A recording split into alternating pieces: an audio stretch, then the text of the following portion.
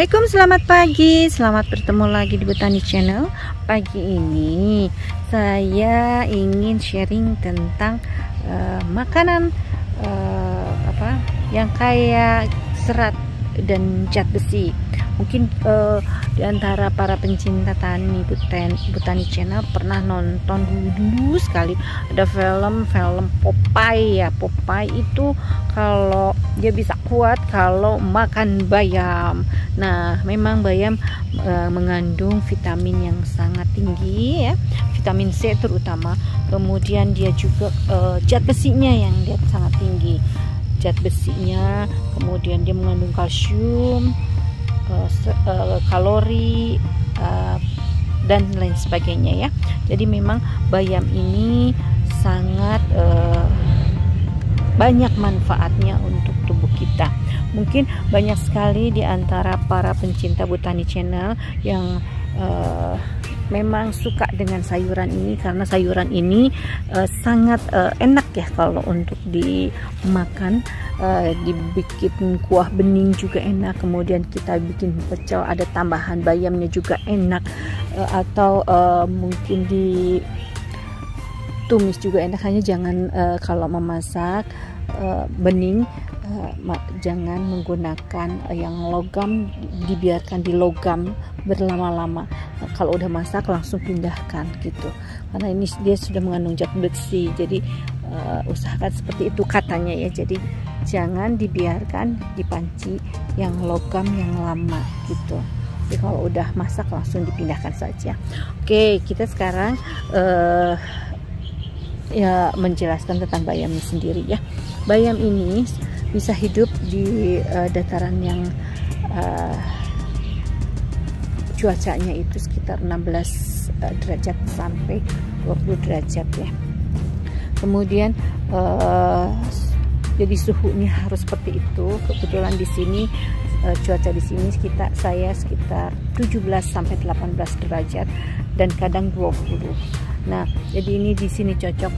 Saya di sini hanya menggunakan bedengan seperti ini ya, bedengan tapi supaya lebih rapi dan dia tidak kemana-mana, dibuat pakai mulsa seperti ini ya,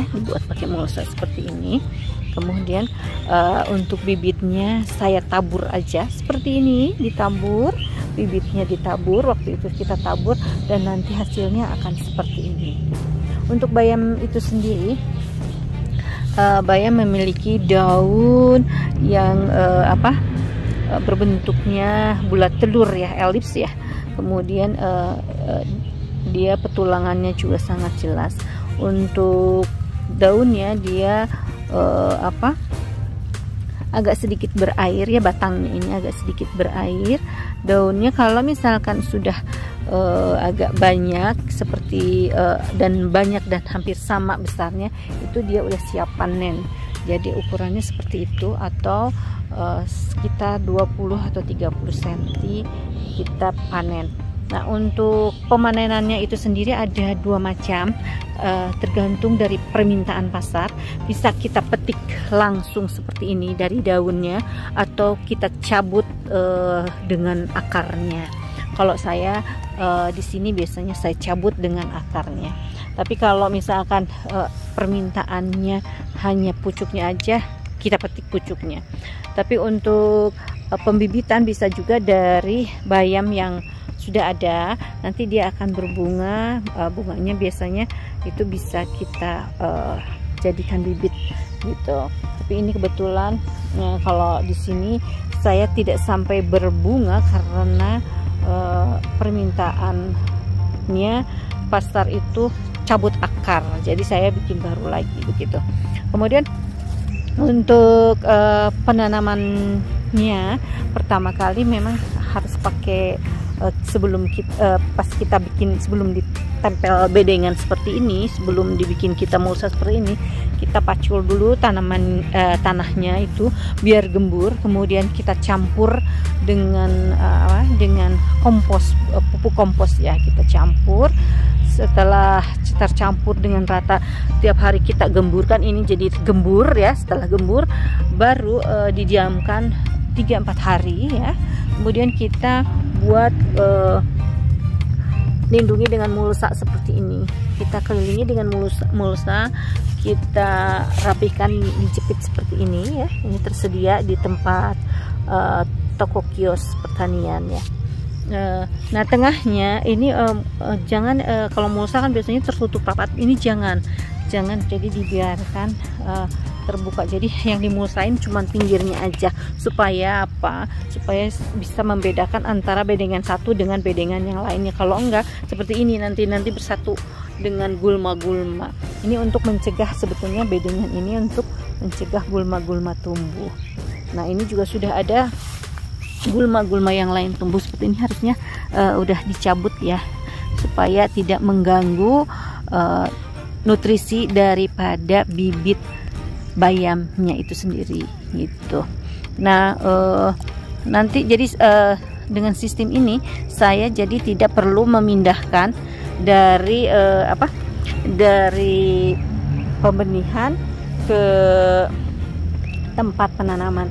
Jadi langsung aja dari ini, cuman ya itu tadi harus rajin membuang gulma-gulmanya seperti ini. Kita harus rajin, harus diambilin supaya si pupuknya nggak dimakan sama gulma-gulma gitu. Kenapa dibuat seperti ini? Supaya bayamnya lebih banyak jumlahnya. Kalau di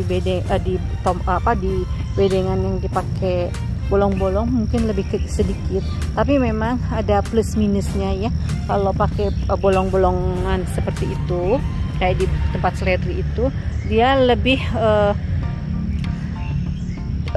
tidak ada untuk ada sih, masih ada sih gulma ya, sedikit seperti itu, tapi lebih bersih gitu. Kalau nanti seperti ini harus kita rajin bersihkan gitu. Nah, untuk bawang bayam ini, untuk daun bayam ini, jadi bawang daun ya, habis ngomongin seledri tadi. Untuk bayam ini sebetulnya dia itu memang banyak sebetulnya harus dipupuk terus, dipupuk awal-awal, dipupuk pas begini, disiram pakai cairan pupuk yang dicampur dengan air. Selama seminggu kita siram, tapi disemprot begitu ya. Nanti setelah kesananya tidak perlu dengan air biasa aja. Mungkin untuk kalau misalkan lagi ada hama, bisa aja disemprot ya, pakai mungkin fungisida atau insektisida, atau mungkin bakterisida ya, karena kadang-kadang bayam ini penyakitnya memang cendawan atau kutu ya. Tapi kebetulan kalau di tempat saya memang saya tidak menggunakan itu, makanya ada seperti ini nih. Ini harus dibuang kalau udah kayak gini. Jadi memang saya usahakan tidak menggunakan insektisida, tapi kalaupun butuh sudah teramat banyak hama ya, paling kita gunakan yang organik saja, kita bikin dari yang organik. Mungkin itu untuk pagi ini tentang bayam hijau yang makanan Popeye yang banyak serat dan vitaminnya banyak. Terima kasih sudah menonton Petani Channel. Mudah-mudahan ini memberikan wawasan dan ide baru untuk para pencinta Petani Channel. Assalamualaikum, sehat terus. Tolong jangan lupa di like ya, like, share dan subscribe. Sehat terus, selamat beraktivitas.